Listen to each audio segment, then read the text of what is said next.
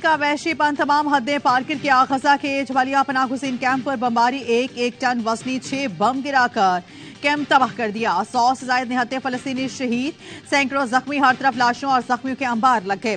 दिल दहला देने वाले मनासिर, लोग हाथों से मलबा खोद कर अपने प्यारों को निकालने की कोशिश कर रहे हैं। शोहदा में बच्चों की बड़ी तादाद है। अल जजीरा के मुताबिक ये गजा हॉस्पिटल में हमला जैसा कत्लेआम है।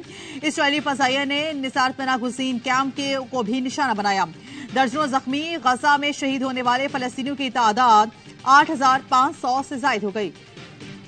हमास कार और मुस्लिम ममालिक से फैसला कुन मौक़िफ़ अपना इख्तियार करने का मुतालबा। इसराइल फलस्तीनियों के खून का प्यासा है, पनाहगज़ीनों को निशाना बना रहा है। दुनिया का ज़मीर कब जागेगा? क्या उस वक्त जब फलस्तीनी सफाई हस्ती से मिट जाएंगे और मुस्लिम ममालिक फैसला कुन मौक़िफ़ इख्तियार करें? जबालिया हमले में अल जज़ीरा टीवी के नुमाइंदे के खानदान के 18 अफराद शहीद। हमास के इसराइल पर जवाबी हमले जारी। अशुद शहर में अल-किस्साम ब्रिगेड के रॉकेट आयरन डोम को चकमा देने में कामयाब। रॉकेट लगने से कई गाड़ियां तबाह हो गईं। हमास के शहरों ने बैत हनून में इसराइली फोर्सेस से झड़पें जारी। गजा में जमीनी कार्रवाई इसराइल को महंगी पड़ने लगी। गजा में दाखिल होने वाले इसराइली टैंक इबरत का निशान बन गए। हमास ने दूसरा जमीनी हमला भी पिस्पा किया। छिपने दिया न भागने दिया। हमास ने एक बिल्डिंग में 6 इसराइली फौजियों को ठिकाने लगाने का भी दावा किया। अल-किस्साम ब्रिगेड की बहरी फोर्स के भी हमले, तूफान तादरपेटों का इस्तेमाल, इसराइली बहरी अहदाफ को निशाना बनाया।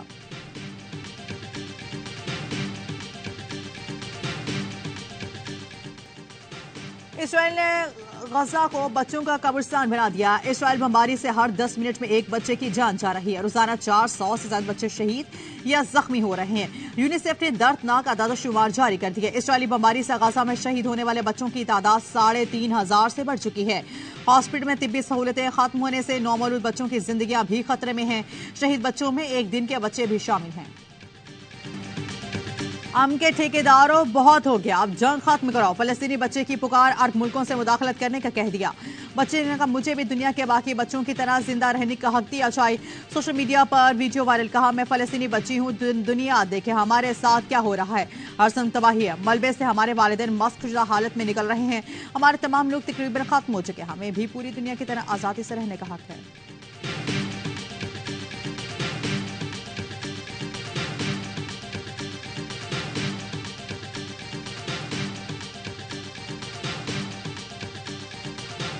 गैर कानूनी मुकीम गैर मुल्कियों के पाकिस्तान छोड़ने की डेडलाइन खत्म। कराची में पहला क्रैकडाउन। सदर के इलाके में गैर कानूनी तौर पर मुकीम 4 गैर मुल्की बाशिंदे गिरफ्तार। होल्डिंग सेंटर मुंतकिल, अब बाकायदा गिरफ्तारियां अमल में आएंगी। निगरान वज़ीर दाखिला सरफराज भुट्टी कहते हैं गैर मुल्की की वापसी से मुल्क के हालात बेहतर होंगे। आलमी तारीख में सिर्फ पाकिस्तान ने इतनी बड़ी तादाद में महाजरीन को पनाह दी। वीजा समेत कानूनी मामूलात मुकम्मल करने के वाले गैर मुल्कियों को खुशामदीद कहेंगे। गैर कानूनी मुकीम अफराद के सहूलतकारों के खिलाफ कानूनी कार्रवाई होगी। जाली शिनाख्ती कार्ड बनाने वाले नादरा मुलाजमीन का मुकम्मल एहतसाब होगा। निगरान वज़ीर दाखिला सिंध हारिस नवाज कहते हैं गैर कानूनी तौर पर मुकीम अफराद को पनाह देने वालों के खिलाफ भी कार्रवाई होगी। निगरान वज़ीर इत्तला बलूचिस्तान का कहना है गैर कानूनी तारकीन वतन की जायदादों को सील किया जाएगा।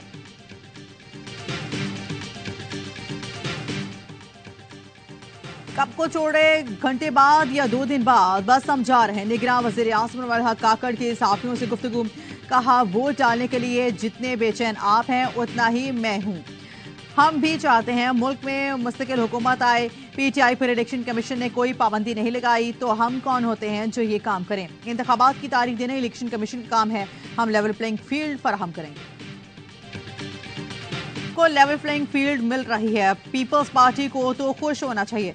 नून लीग रहनुमा एहसन इकबाल का कहना है नवाज शरीफ को इंसाफ मिलेगा और पाबंदी खत्म होगी। उम्मीद है जनवरी के आखिरी हफ्ते में इंतखाबात और नवाज शरीफ अगले वजीर आज़म होंगे। नवाज शरीफ जल्द 4 सूबों का दौरा करेंगे। नवाज शरीफ की ज़ेर सदारत जाती उमरा में मुस्लिम लीग नून के इजलास के बाद एहसन इकबाल ने बताया नवाज शरीफ जल्द जमातों के सरबराहों से मिलेंगे, 4 सूबों का दौरा भी करेंगे। फैसल करीम कुंडी कहते हैं एहसन इकबाल सूद समेत मैंडेट मांग रहे हैं, ऐसा नहीं हो सकता। सिलेक्शन के जरिए 4थी मरतबा वज़ीर आज़म बनना चाहते हैं तो क्या फायदा।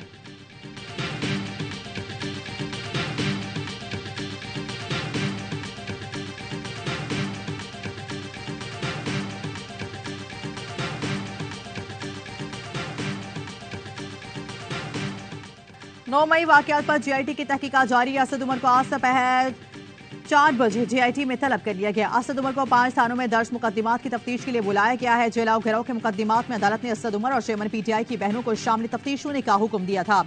असद उमर, अस्मा और अलीमा खान की अबूरी जमानत में 22 नवंबर तक तौसील। असद उमर कहते हैं, मुझे पहले भी इस्तेकाम में पाकिस्तान पार्टी में शमूलियत की दावत दी गई थी। उनकी सियासत है कि उन्हें बेस्ट ऑफ लक, मैं तहरीक इंसाफ के साथ खड़ा हूं।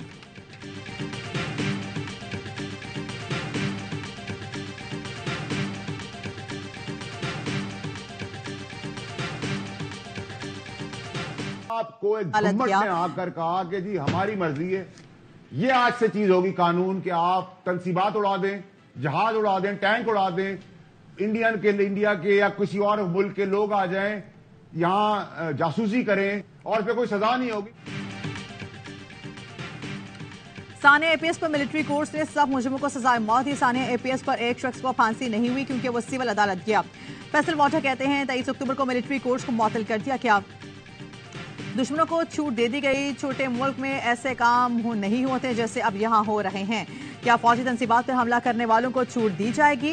पाक फौजी एक इदारा है जो महफूज है, इस पर भी सवाल उठाए जा रहे हैं। माहिर कानून जहजा फरीद ने कहा, मिलिट्री कोर्ट से मुतालिक अदालती फैसले पर अपील का हक मौजूद है। निगरान हुकूमत की जानिब से लार्जर बेंच के सामने अपील की जाएगी। मिलिट्री कोर्ट्स की जगह दूसरी अदालत में स्पीड ट्रायल नहीं हो पाता।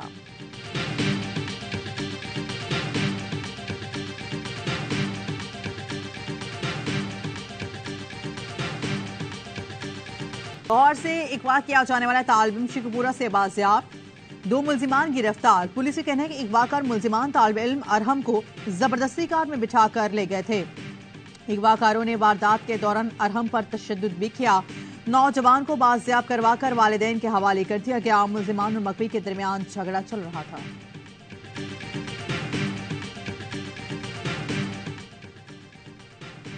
कराची के इलाके फेडरल एरिया ब्लॉक 19 में 2 डाकू शहरियों के हत्थे चढ़ गए। मुल्जिमान लूट मार के लिए पहुंचे थे कि शहरियों ने धर लिया।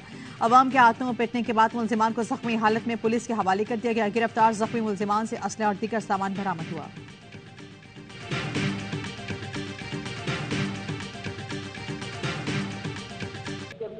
अगर आपको किसी चीज पे शक है तो उन्होंने कहा कि जी मेरे पास सर फोन आया तो उन्होंने कहा कि जी हमने 5 लोगों की कमेटी बना दी है। मैंने कहा कि जी ठीक है, कि 5 लोगों की कमेटी आपकी बन गई है, उस टाइम तक मैं स्टेप डाउन हो जाता हूँ। साबिक चीफ सेलेक्टर इंजमाम उल हक पर मफादात के टकराव का इल्जाम। पीसीबी के 5 रुकनी तहकीकाती कमेटी ने काम शुरू कर दिया। जराए के कहना है पीसीबी जल्द तहकीकात मुकम्मल करने का ख्वाहिशमंद है। कमेटी की जानिब से 1 हफ्ते में तहकीकात मुकम्मल करने का इम्कान। कमेटी अपनी रिपोर्ट और सिफारिशात चेयरमैन ज़का अशरफ को जमा कराएगी। इंजमाम उल हक का एक कंपनी के साथ शेयर होल्डर होने का मामला सामने आया था।